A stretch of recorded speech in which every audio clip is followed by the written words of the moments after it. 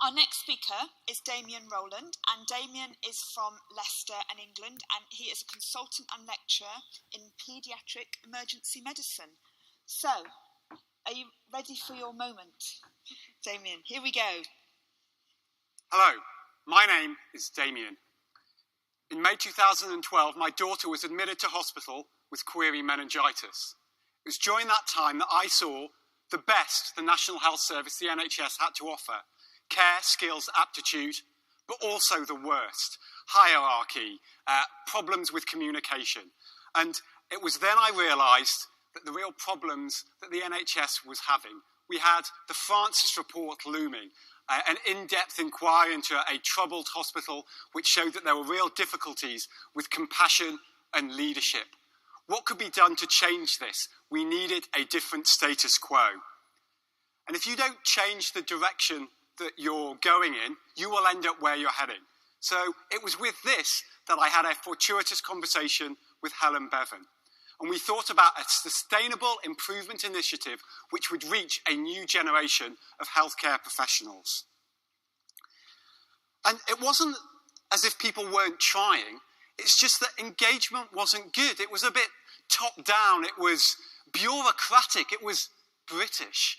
And that the problem is that we had really nowhere to go, and we'd missed a really great pool, a great army of people who were out there, and those were junior doctors, nurses, student nurses, other allied healthcare professionals, people who were really chomping at the bit, wanting to get involved, but had never really been given the permission to do so. They wanted change, but just weren't able to grab it, as it were. And so we had an idea. We would set up one day, it was the 13th of March 2013, where we would ask people to pledge to do something. Doesn't matter what it was, could be anything, it could happen anywhere, but one little or big thing that would change your practice or improve patient experience. And so NHS Change Day was born. And it was in that year was the 65th birthday of the NHS. So, because it was the 65th year, we went for 65,000 pledges, a ridiculous total. But it was something that we really felt passionately that we could achieve. And anyone could pledge, and they could pledge whatever they wanted, and it didn't really matter. We had cleaners to chief executives. We had ophthalmologists to occupational therapists, getting involved and just doing little things. Pledges involved sitting on a wheelchair for a day. We had a rock band pledging not to encourage people to stage dive into the audience. But we also learned a lot. And Thomas Edison said, I never failed at anything at all. I just learned 1,000 ways of doing things that weren't right. And one of the things that I want to express now is some of the learning that we had from this experience. And the first thing is the importance of narrative. My pledge for the first Change Day was to try some paediatric antibiotics. One of them was absolutely disgusting. And it's really changed the way I rationalise my prescriptions. The other to lie on a spinal board, collar and cuff for an hour. It was a frightening, uncomfortable experience, and I'm an adult. Imagine what it would be like if you were a child. But it's that authenticity that's important as well. I'm a paediatrician. I'm passionate about the care of the ill and injured child. But actually, yes, I might be able to talk about DVT prophylaxis in adults, but that's not really my thing. So be authentic, be true to who you are. But also, you must be the change that you want to see. You must really stand up for kind of what you believe in. And as the Change Day team did, we all pledged. We actually all believed that the individual pledges would be so much bigger together than the sum of their parts. And it's so important to practice what you preach. And we were lone nuts. And it was absolutely vital that we acknowledge those who joined this journey with us. To be honest, it might have been a good idea. We might have demonstrated good leadership. We might have had good engagement. But we would have been nothing without the people who went out there and actually pledged. I also personally recognise a different type of radical.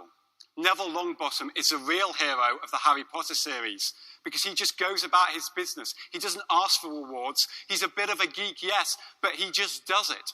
And actually, there are lots of Neville Longbottoms out there in health services, and we need to celebrate them. we do also need to acknowledge that although this was a fantastic bottom-up exercise, we did need organisational support. And actually the trusts that were most involved were ones where the chief executives and the board's on board. Chief executive of Birmingham pledging to read bedtime stories to her patients at night.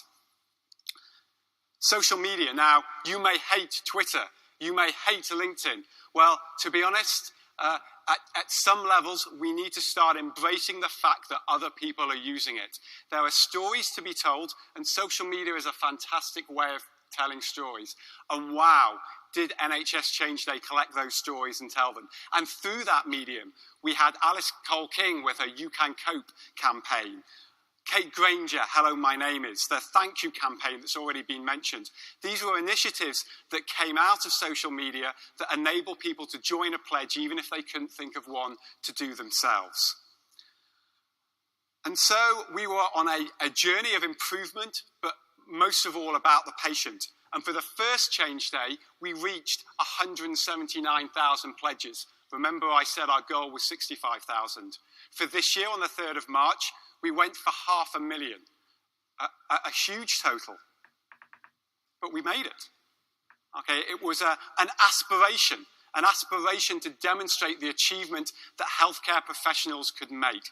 But ultimately, that is just a number. It's a number that sits on a screen, and it looks quite nice.